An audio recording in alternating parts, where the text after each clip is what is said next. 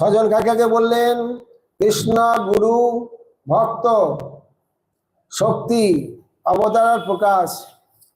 এই ছয়ের এখন পৃথক পৃথক ভাবে ব্যাখ্যা করবেন। এই ছয় দেহ জয়ছে করি সে বিচার। যদ্যপি আমার গুরু চৈতন্যের দাস, তথাপি জানি আমি তাহার প্রকাশ। গুরুতত্ত্ব অর্থাৎ গুরুতত্ত্বটি পরিষ্কার বলছেন, তথাপি জানি আমি তাহার প্রকাশ। সমষ্টি গুরু হলেন ভগবান নিজে, তিনি জগৎগুরু। এখন জগৎগুরু অনেকের নাম শোনা যায়, জগৎগুরু একজনই, তিনি হলেন ভগবান, স্বয়ং ভগবান। তিনি জগৎগুরু, তিনি সমষ্টি গুরু, সেই গুরু শক্তির প্রকাশ। যারা লতি স্তরে আরোহণ করেছেন, জাতরতি সাধক, তিনি গুরু হওয়ার যোগ্য।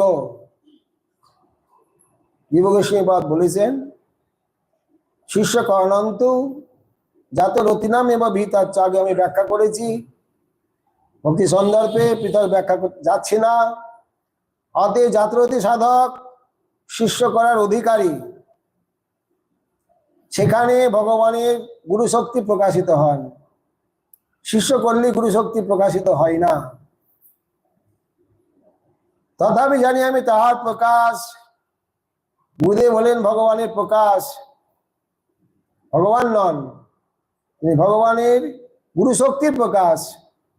জাতরতি সাধকের মধ্যে গুরু শক্তির প্রকাশ হয়, কিন্তু তিনি চৈতন্যের দাস।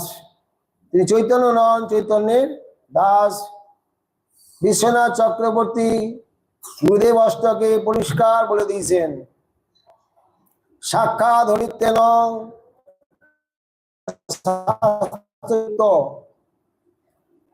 বহু শাস্ত্রে ভগবানকে সাক্ষাৎ ভগবান বলা হয়েছে, সাক্ষাৎ ভগবান বলা হয়েছে।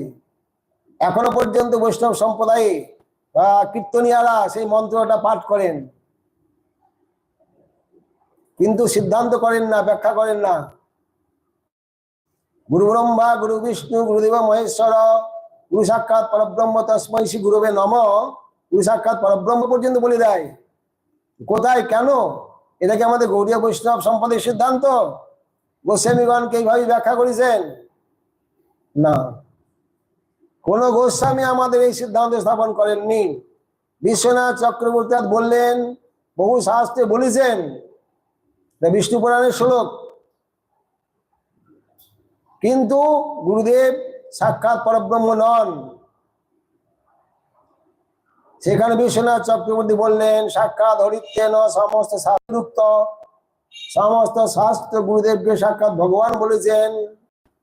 ভাব্যদেব সদ্ভি, সাধুগণ গুরুদেবকে ভগবানের সমান সম্মান দেন, সেইভাবে ভাবনা করেন। এটাই কি আমাদের সিদ্ধান্ত? বলেন না। কিন্তু সমস্ত সিদ্ধান্ত খণ্ডন করে দিলেন। কিন্তু প্রভুর যা প্রিয় এবতস্য, গুরুদেব চৈতন্যের দাস, মহাপ্রভুর প্রিয় ভক্ত, তিনি ভগবান নন, ভগবানের সেবক। দাস গোস্বামীপাদ বলেছেন,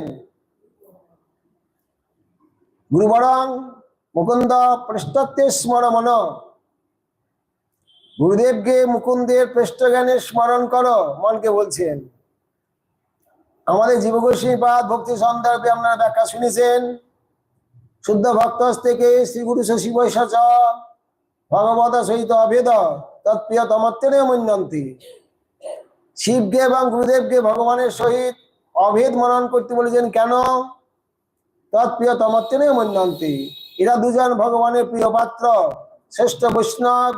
এই জন্যই অভিন্ন জ্ঞান তত্ত্বে না মহিমায় গুরু কৃষ্ণ জানো, সিদ্ধান্তে না তত্ত্বে না। সিদ্ধান্তে তত্ত্বে তিনি ভগবান, ইনি তার দাস, উনি সেব্য, গুরুদেব তার সেবক। কিন্তু গুরুদেবের সমান সম্মান দেবেন। জ্যেষ্ঠ দেবে পরাভক্তি, যথা দেবে তথা গুরু। ভগবানকে যেমন ভক্তি করছেন, গুরুদেবকে তেমনি ভক্তি করবেন। তথাপি জানি আমি তাহার প্রকাশ। গুরুদেব হলেন ভগবানের গুরু শক্তির প্রকাশ, তিনি ভগবান নন।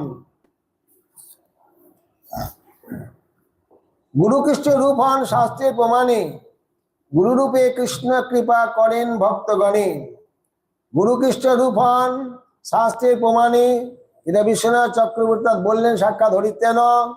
অর্থাৎ যেমন শক্তি শক্তি মতভেদ, অংশী অংশ অংশীনোর অভেদ, সেই প্রকার গুরু কৃষ্ণ রূপ হন শাস্ত্রের প্রমাণে।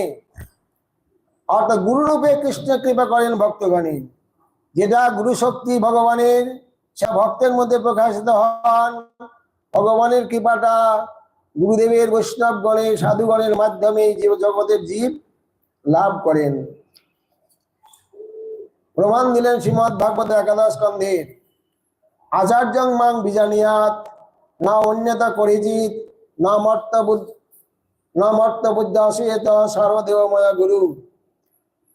উদ্ধবকে বলেছিলেন, হে উদ্ধব, আচার্যকে আমার প্রকাশ দিয়া জানিবে, আমার স্বরূপ বলিয়া জানিবে, তাকে কোনোদিন মনুষ্য বুদ্ধ করিবে না, অবজ্ঞা করিবে না।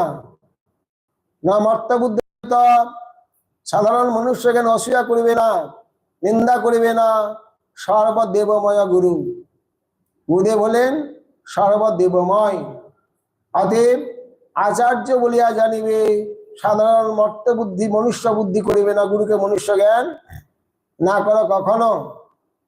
গুরুদেবকে মনুষ্য নন, সাধারণ মনুষ্য না, তিনি ভগবানের প্রিয় পাত্র, তিনি পরম বৈষ্ণব মহাভাগবত, তিনি আচার্য, তিনি সাধারণ মনুষ্য নন। এই জন্য মনুষ্য জ্ঞানে তাকে অবজ্ঞা করা যাবে না।